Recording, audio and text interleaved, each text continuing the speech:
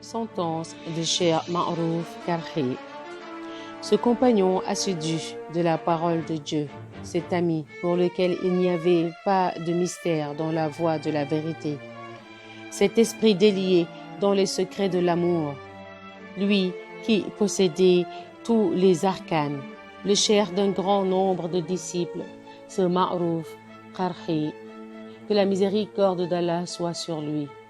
Il possédait à fond la science de la connaissance de Dieu et c'est à cause de cela qu'il est devenu Ma'rouf, connu. Ses austérités étaient nombreuses et ses miracles se multipliaient. Son père et sa mère étaient chrétiens. Chaque fois qu'il se rendait chez le mollah des chrétiens, celui-ci lui disait « Affirme que Dieu est triple ». « Non » s'écria Ma'rouf, « Dieu est un et absolu ». Et le mollah chrétien, pour le punir de parler ainsi, le châtiait cruellement. Un jour, Ma'rouf s'enfuit loin de son père, de sa mère et de son maître. Ils eurent beau le chercher, ils ne purent le retrouver. Plût à Dieu qu'il revint, disaient ses parents, quelle que soit la religion où il soit entré. Nous y entrerions aussi.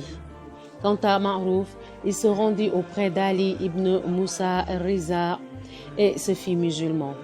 Un jour, il revint à la maison paternelle et frappa à la porte. « Qui es-tu » lui demanda-t-on.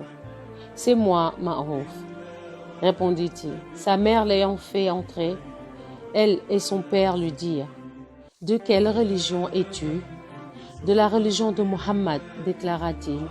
Et eux, sans hésiter, se firent aussi musulmans. Ensuite, Ma'rouf alla trouver Daoud Taï, auprès duquel il s'adonna à la piété et à la pratique des austérités. On raconte qu'un jour, Ma'rouf, étant en marche avec ses disciples, une troupe de jeunes gens arriva jouant du rabab, sorte d'instrument à cordes, et buvant du vin. « Ô Ma'rouf » lui dirent ses disciples, fais une prière pour que ces débauchés soient tous des engloutis dans les eaux de ce fleuve.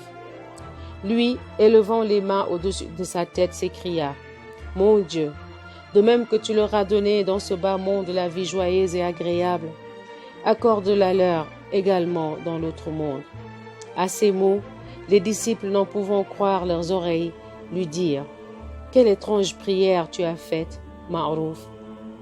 « Patience, leur répondit-il. Au même moment, les jeunes gens, apercevant Ma'rouf, brisèrent aussitôt leur rabab, répandirent le vin à terre et commencèrent à trembler. Puis, s'approchant, ils baisèrent les pieds de Ma'rouf et firent amende honorable. Celui-ci, s'adressant à ses disciples, « Avez-vous vu, dit-il, comme tout s'est arrangé à la satisfaction générale sans que ces jeunes gens aient été engloutis dans l'eau et sans qu'ils aient eu rien à souffrir. » Il disait encore, « Celui de ses serviteurs qui est l'objet de ses grâces, le Seigneur Très-Haut lui donne le goût des bonnes œuvres, dont la récompense lui viendra ensuite. Quant à celui qui n'est pas l'objet de la grâce, il lui donne le goût des mauvaises actions, par suite desquelles il tombera dans la peine, dans ce bas monde et dans l'autre. Tenir de bons propos est un signe de bonnes mœurs. Tenir de mauvais propos est un signe d'habitude vicieuse. Celui qui aspire à être l'objet de la miséricorde céleste doit se soumettre docilement au commandement du Seigneur Très-Haut. Celui qui ambitionne le paradis doit pratiquer les bonnes œuvres. Celui qui désire pour lui l'intercession de l'envoyé, sur lui soit le salut, doit être fidèle à toutes les pratiques traditionnelles. Lorsque Ma'rouf eut rendu le dernier souffle, les chrétiens le réclamèrent comme étant un des leurs. Il est des nôtres, soutenaient les musulmans. Et la dispute s'échauffait. Sur ces entrefaites, un des disciples de Ma'rouf dit « Voici ce que lui-même a déclaré. Celui des deux peuples qui pourra soulever mon corbillard, c'est à lui que j'appartiens. » Les chrétiens s'avancèrent et malgré tous leurs efforts, ne purent l'enlever de terre.